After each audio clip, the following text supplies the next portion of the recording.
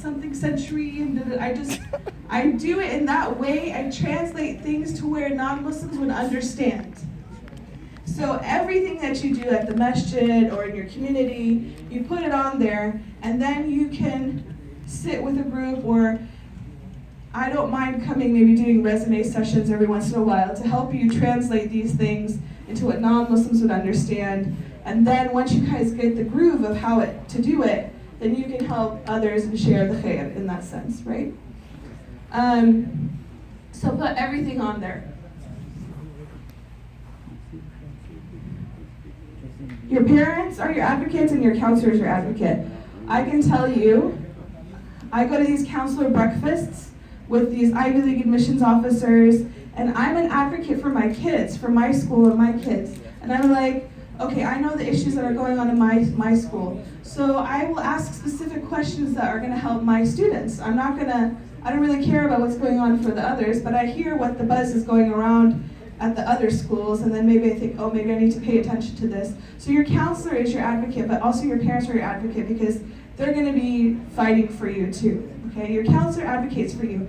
I can tell you for scholarships, I know my students are eligible for certain scholarships. I wait till the first scholarship rolls out, and then I start talking to my admissions rep, who's assigned to my school, and say, hey, would you mind looking at these kids? Maybe they slipped through, maybe, and then I ask her, can you just look at all my kids? And so I'm just trying to get as much as I can get out so that they have an opportunity, because honestly, if you're looking at big universities, it's like a machine. You miss things, and if you don't have someone pushing to say, can you look at it again? Just tell me yes or no, something like that.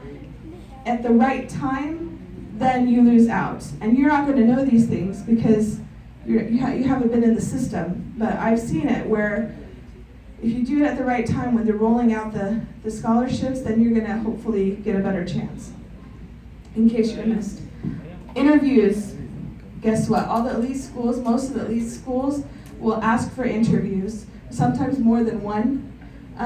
Some schools that allow you to sign up on a calendar for an interview, but most of the elite schools will ask for an interview if they're interested in you. So for example, I had a few kids that applied to Harvard. Some of them got their first interview, and one got his second interview, and then he got into Harvard. But which is interesting, he got into Harvard, but he got rejected from Rice. And then I had another kid got into Rice, but rejected from the Ivy. So it's just a real mix. You don't really know what happens. It's because they're looking for a specific thing every year. So they have themes of things that they're looking for on a 5-year plan. So maybe the school is interested in increasing their arts numbers, or their diversity numbers, or their minority numbers, or their writing numbers. You don't know these things, and counselors are always trying to figure out what it is, but it doesn't mean that you're not academically competent if you didn't get in. You have to be looked at, you're academically competent. But it's just, are you a right fit for what they're looking for? So you try to maximize your application so you can stand out and kind of paint the picture of who you are, so that if you are the right fit, that you'll be selected. So, interviews. The interviews sometimes they're professional, sometimes they're just kind of weird, and asking you to come to your house or come to Starbucks, and so kids get unnerved and they don't know how to handle it. So for me, I do mock interviews with my kids so that they know how it is, and we role play, and I ask them the questions, I become really serious, and I tell them all different types of scenarios so that they're comfortable on if that happens to them. And this stuff is easily found online, so you could do mock interviews with your kids and do role plays and kind of go from that picture. Don't memorize things. You have to be natural and be yourself, because they can tell if you're just regurgitating something, you're just throwing it up for them to listen to, because they hear that a lot. So be as natural as possible. And the critical thing is know your deadlines. Your deadlines are really important, and I'll talk about that a little bit further down the road.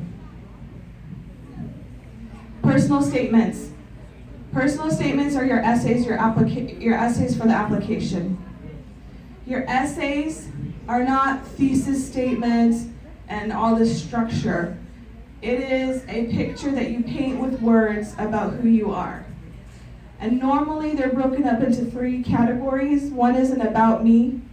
One is who inspires you. The other one's why are you the right fit for the school? What's in it for the school? They're traditionally 1 to 1.5 pages, traditionally around 500 words. You're also going to have 250 word short answers. And normally the essay prompts come out the end of July, the beginning of August. This year, they came out in February. So they're already out for next year. If you're a senior next year, the essay prompts are out. They've been out. People are already working on them.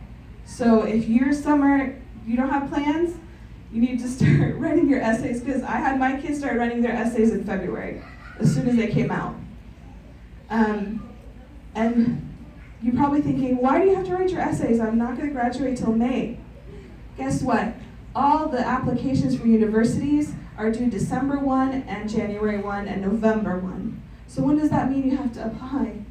You have to finish everything, your essays, your resumes, your recommendation letters, your SAT scores, everything. You have to finish everything before November of your senior year. Some schools will let you extend the testing till December. But most kids have taken everything and they're done. If they want to be competitive, they're applying in September and October. Texas A&M's engineering kids, all the spots get filled by October. Their deadline's not until December. January, December, I can't remember, they keep changing back and forth. So, it matters that you have everything done in advance. Go ahead and apply. Make sure you do everything the way that you want to have it, perfect the way you want it to be submitted, and submit it as soon as possible, even if you haven't finished taking all your SAT scores, because all universities understand that the SAT or the ACT scores will come in later. They normally will accept them till December, but they'll start looking at your application and everything else, even if you haven't submitted your SAT scores. You just have to make sure you submit them on time. So don't make the mistake of waiting till you finish your SATs to submit your application. That will put you at a disadvantage, okay? And if you're a senior, you need to spend your summers making your portfolio. You need to write your 3 essays. You need to get your resume together. If school's not out, school's not out. You need to start asking whoever needs to write your recommendation letters. You need to start doing that. Okay, I had parent action plans here that told you what you're supposed to be doing in 9, 10, 11, and 12. These are just little bullet points, what you're supposed to be in 9th grade, taking challenging coursework, creating your portfolio for all your things that you need, like your honors, your awards, and all that stuff. Developing your relationships, getting involved and staying active about careers. Summers matter. You need to be doing a summer internship. You need to be, doing something, create an organization, work in a volunteer organization, get a job, take courses, do something. If you sit and do nothing, they're going to ask you what you did in your summer. And if you have nothing, you're not going to increase your probability. So if you travel overseas, a lot of people travel overseas, right? That is golden. You know why? They let you do a lot of stuff overseas that they will never let you do here. So take advantage of that. If you want to be a doctor, you can do stuff in an actual hospital sometimes overseas that you can never do here.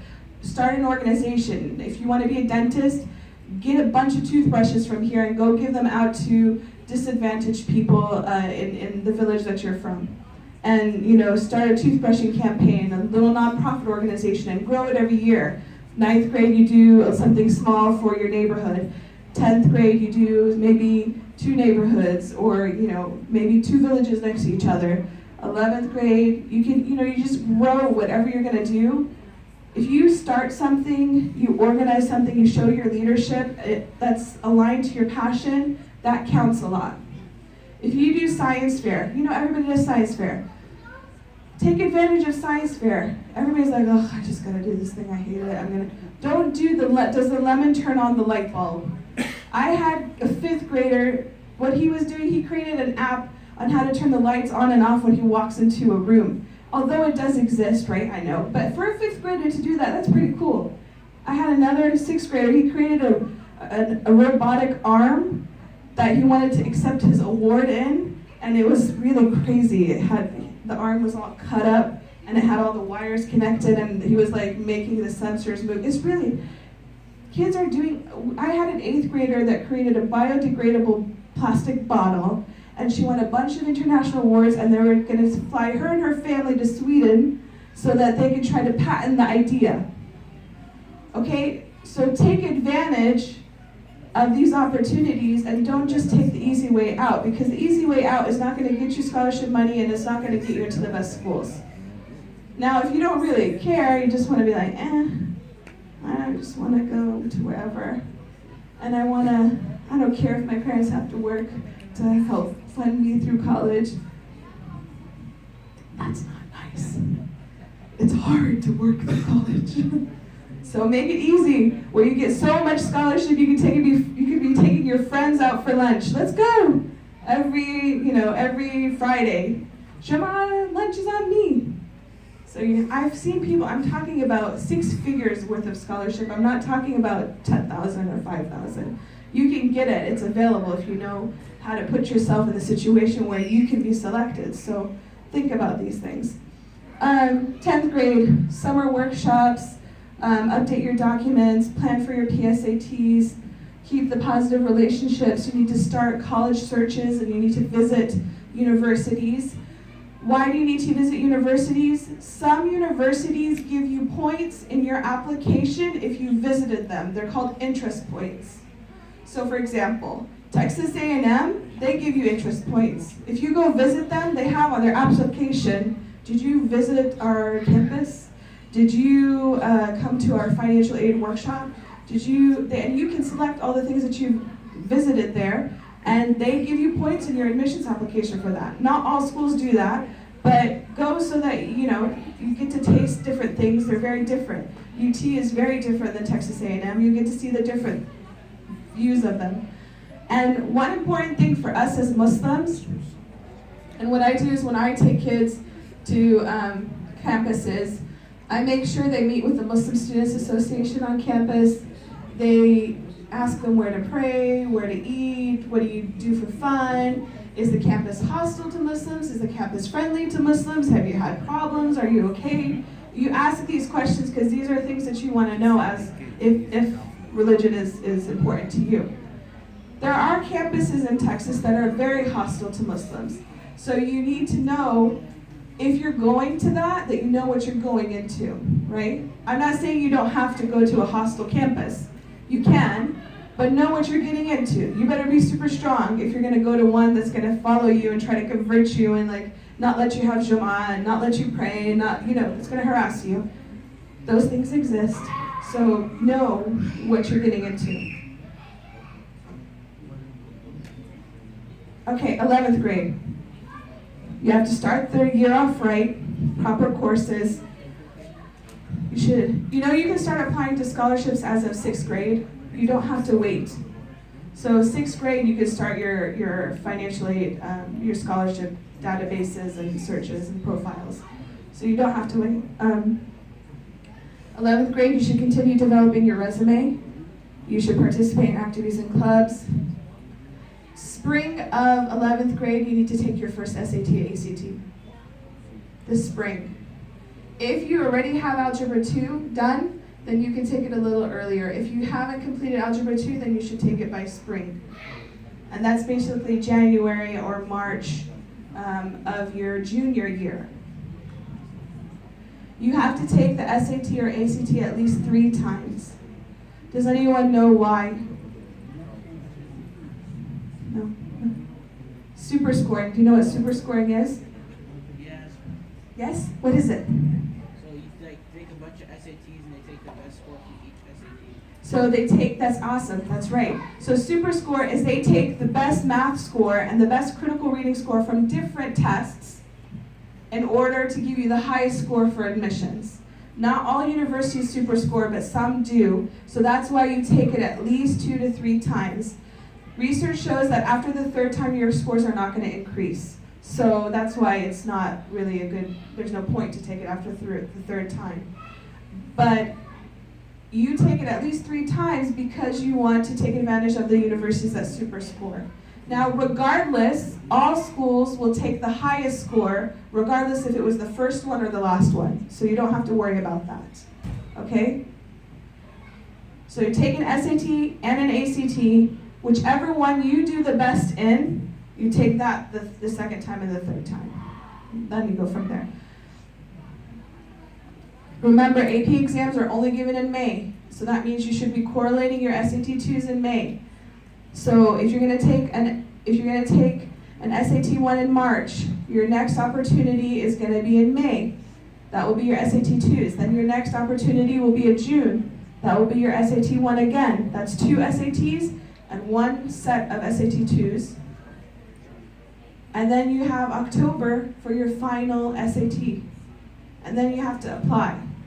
So this is the track for a junior that you have to take advantage of, okay?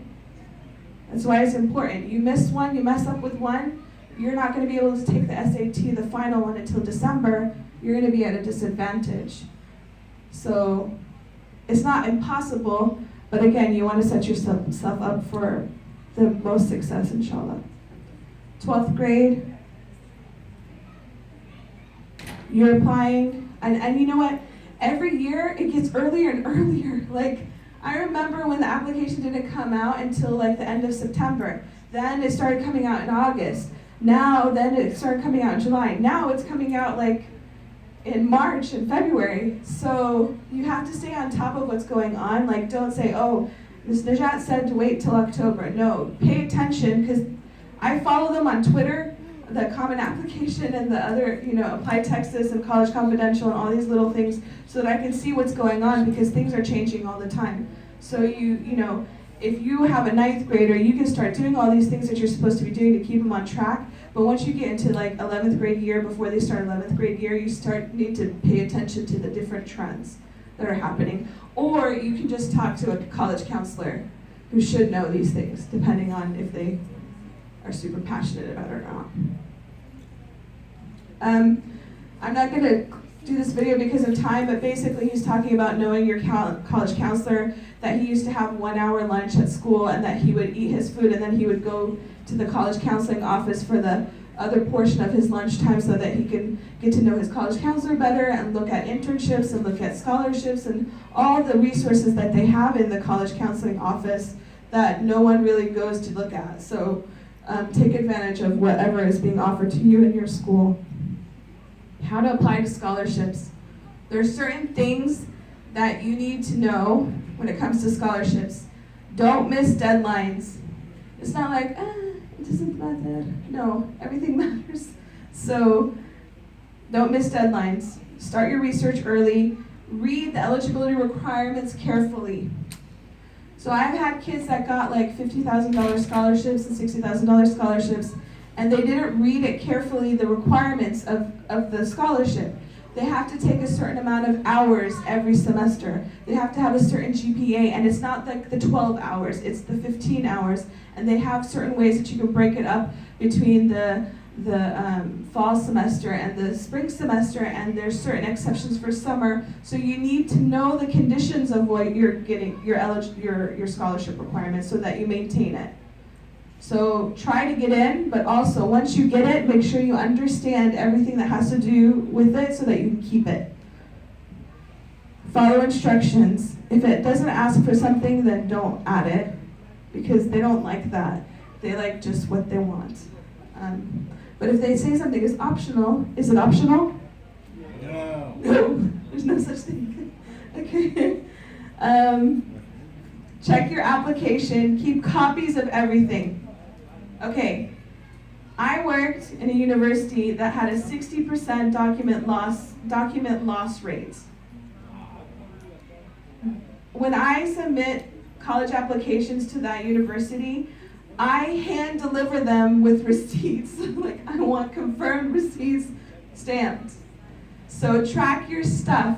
Why do I make my kids apply really early? Because I want to make sure that it got there. I need to make sure there's 2 weeks to make sure that it got there. Then for the system to get sucked in and to log and be presented to the kids that it's available.